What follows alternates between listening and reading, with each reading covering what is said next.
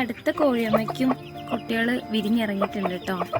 4 പേരെയാണ് നമുക്കിപ്പോൾ ഈ ബാച്ചിൽ നിന്ന് ആകെ കിട്ടിയത്. 11 മുട്ട വെച്ചായിരുന്നു.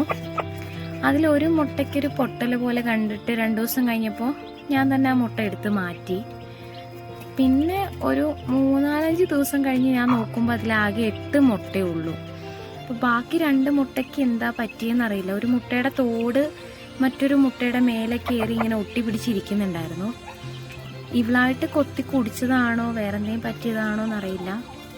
8 മുട്ട ഉണ്ടായിരുന്നതിൽ 4 മാത്രമാണ് വിരിഞ്ഞ് കിട്ടിയുള്ളൂ.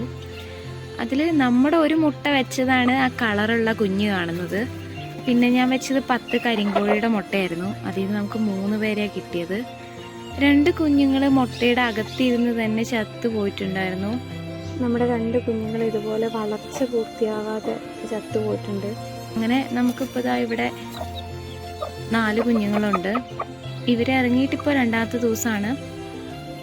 ചെറുതായിട്ട് കൊത്തിപ്പറക്കിയൊക്കെ തുടങ്ങിയിട്ടുണ്ട്. പിന്നെ നമ്മുടെ ആദ്യം ഇറങ്ങിയ കോഴിയമ്മയും മക്കളൊക്കെ നല്ല ഉഷാറായിട്ടിരിക്കുന്നുണ്ട്. അവരിതാ ഇവിടെ അടുത്തടുത്ത കൂട്ടിൽ തന്നെയാണുള്ളത്.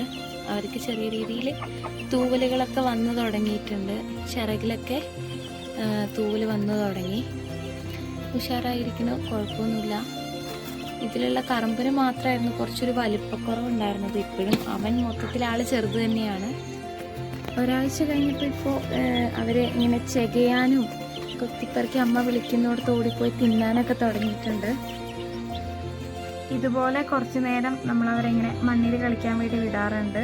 ഇങ്ങനെ കൂട് പുറത്ത് കൊണ്ടുവച്ച് അതിൻ്റെ അകത്ത് അമ്മയും മക്കളെയും കൂടെ വിടും. നമ്മുടെ വലിയ കോഴിക്കുഞ്ഞുങ്ങൾക്കിപ്പോൾ 2 ആഴ്ച പ്രായമായിട്ടുണ്ട് കേട്ടോ. അവർക്ക് തൂവലും അതുപോലെ തന്നെ ചെറിയ വാലും ഒക്കെ വന്ന് തുടങ്ങിയിട്ടുണ്ട്. കറമ്പന് മാത്രമാണ് ഇത്രയായിട്ടും വാല് വന്നിട്ടില്ലാത്തത് കേട്ടോ. കണ്ടോ, കറമ്പൻ ഇതാ ഇപ്പോഴും വാലില്ല. കറമ്പൻ ഇപ്പോഴും വാലില്ലാത്ത ഒരാളാണ്. പിന്നെ ബാക്കിന് കണ്ടാലേ അറിവ്. കണ്ടോ, കറമ്പൻ ഇപ്പോഴും വാലില്ല.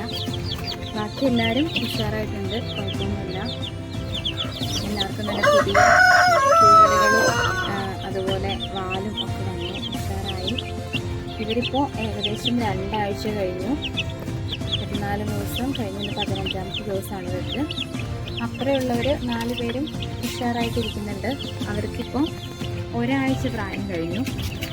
പക്ഷേ ആൾക്കാർക്ക് വലിയ വലിപ്പമൊന്നും വന്നിട്ടില്ല. ഡയറ്റിൽ 4 പേരുണ്ട്, കുഴപ്പമില്ല. അമ്മയുടെ അമ്മ പ്ലാസ്റ്റിക് ഒക്കെ കൊത്തി മക്കളെ തീറ്റിക്കാൻ തുടങ്ങിയപ്പോഴാണ് ഞാൻ പാത്രത്തിൽ ഫുഡ് വെച്ച് കൊടുക്കാൻ തുടങ്ങിയത്. ഒരു കല്ല് കീറ്റി വെച്ചേക്കുന്നത് അത് ചവിട്ടി മറിക്കാതിരിക്കാനാണ്. അല്ലെങ്കിൽ ആ പാത്രത്തോടെ മറിച്ചിടും. അങ്ങനെയൊക്കെ തന്നെ ഉണ്ട്.